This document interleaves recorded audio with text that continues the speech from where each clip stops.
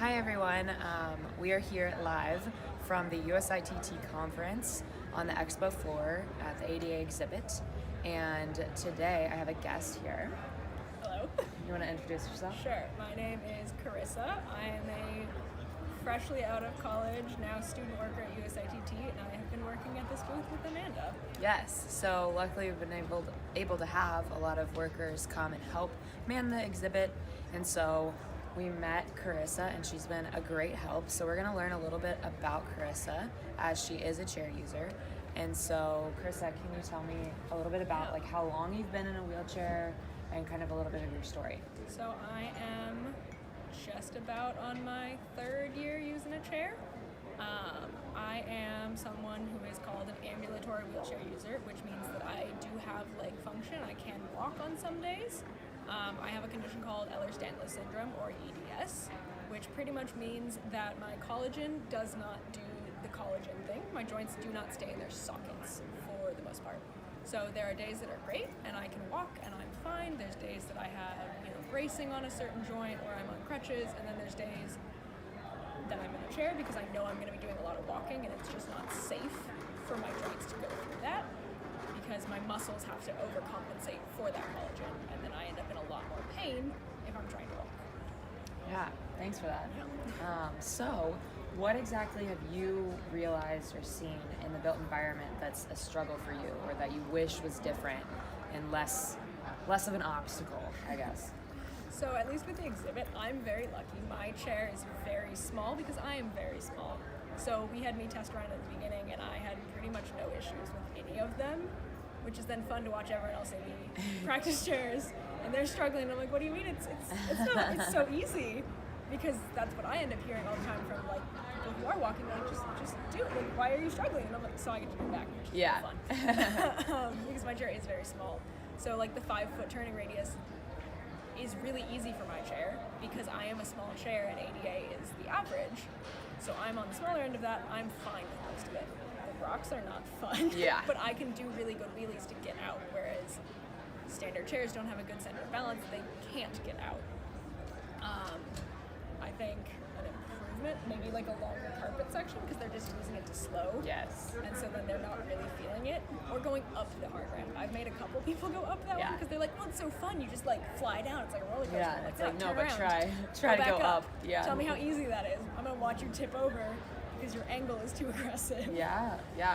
What about in your day-to-day life? What kind of obstacles do you run into? A lot of curb cut issues, especially in Baltimore right now. Their braille dots for curb cuts are brick, which means that they've broken and there's just like gaping holes in the curb cut where I'm like, great, now I'm stuck and like falling into the street and I can't get up. Or curb cuts that aren't smooth, they have a lip. So if you're coming up real fast from a crosswalk that you're trying to make, you're now falling out of your chair because you hit that curb too hard. Yeah. Speed bumps are really annoying. Oh, yeah. If you have to be in the street, a lot of Baltimore residential streets, the sidewalks are too narrow because there's like trees and stairs. And so I have to roll on the street, which is not safe because there's cars. Crosswalks, cars don't like to look for you, and they'll get real close to hitting you because you're like, great, that's fine. Doors are super annoying if they don't have the proper handles. Yeah.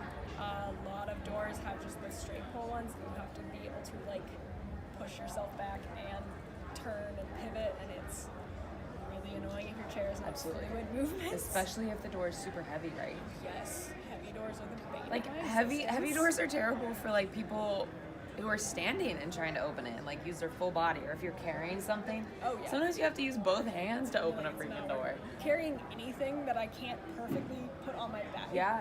If it doesn't fit my backpack or my backpack's too heavy, I will tip over. So I have to put stuff in my lap, but then everything falls. And you're like, well, now everyone's staring at me while I try and get stuff. Yeah. Grocery stores are super annoying because if I need something on the top shelf, I either have to like knock it down, find a stranger and be like, can I please have my Cheerios? Yeah. Or because I am ambulatory, I have to just stand up. But the issue with doing that is then people are like, oh, well, you're faking. And people will come up to you and say really shitty things. Yeah, I'm sure. Because they have such a narrow view of what it means to be in a chair. And they're like, well, just, why did you get up? How dare you? Yeah. But I'm like, that would make my life easier because I can do that. Yeah. I should be able to, but I have to physically stop myself. I'll physically move my legs with my hands, even though I can move them, just because I don't want people to say something to me because I stood up to get into a different chair. Yeah. And that's so you true. end up disabling yourself more almost as an ambulatory user because people don't understand it. Yeah. You don't want to deal with that conversation all Yeah. the time. Especially with strangers who you're never going to see Especially again. strangers. Because then you get the, like, well, I'll pray for you, and you're like, please don't. Like, I don't know you. Yeah. That's weird. What? It's a lot of psychological, honestly, of people just saying things that they think are funny or Yeah. that they think are okay. I was at Disneyland and someone approached me completely unprompted and was like, oh my god, you have such a good idea. My legs are killing me. And I was like, What? I'm sorry, this is clearly a custom chair. I didn't just like decide to do it because I'm tired. Yeah. What? I really had to bite my tongue not to just be like, wow, mine too. I'm oh just like, my gosh. mine are not. But like, if I had cancer, Yeah. my legs had literally tried to kill me. I was like, you can't say that to No. people. Wow. Wow. So you get lots of people that just think it's okay to say things, and you're like, Like, it's come on. not. Come on. Get Please with it. don't. Jeez. Wow. So now you work in the theater world. I do. So what exactly do you do in the theater world, and what is it that you see issues with, and how can we as designers, like me as a designer, if I'm designing a theater, like what kind of things should we take into consideration to make your life easier? So I do stage management, scenic design, and scenic construction. Scenic construction is really hard because I work in shops. I'm very lucky. My tires are solid rubber, so I can roll over pretty much anything and have it not be an issue. I won't pop my tires. Yeah. Anyone with an air tire, you basically can't be in a shop because there are screws, there are nails, there's shit on the floor all the time. Yeah. Tools are out of reach.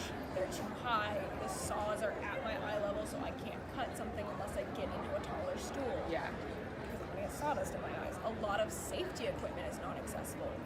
Hard hats you have to tighten in the back, and that puts a lot of pressure on my spine and a lot of down pressure because my spine is not stable. That means I have a migraine now. Oh, Because interesting. everything's putting too much pressure, and then I just can't work in our space. Yeah. Or I have to take a lot more breaks to take it off. Or I have to wear it looser, and then it's not safe. A lot of safety equipment is like XL only. I'm not an XL, so that's not safe. Yeah. 100%. Most shops just won't let you be in their chair because it's not. You're at too low of a height for everything that's built. There are some really cool accessible shops that are all the tables can be adjusted. See, that's what you need in all the shops. Like, I'm you go sorry, up but and down. think about the different people, just different heights. Exactly. Like if you're someone who's really tall, having to really lean Yep. over, like that could be dangerous. If you're really short and you're reaching up and trying to use, that's why we have sit-to-stand desks in the workplace. Exactly. Like that's something that should just be a norm. It should be standard, and it's so helpful when they are. Or just having tools that are at both heights, having a section that they are indoors, they are low enough that I can reach them if I need to, or I have, a way to get them. Because you don't want to have to ask for help in your workplace. You're like, I want to be able to be independent. It's a big thing. Yeah. With scenic design is usually fine because it's a lot of just like you're at a desk and you're designing. Once you're in the theater space, it can be difficult, but it's significantly less of an issue. Stage management, the booths are never accessible. They're almost always up a straight up and down ladder or stairs. There are very few with elevators. Once you're up there, the desks are not adjustable.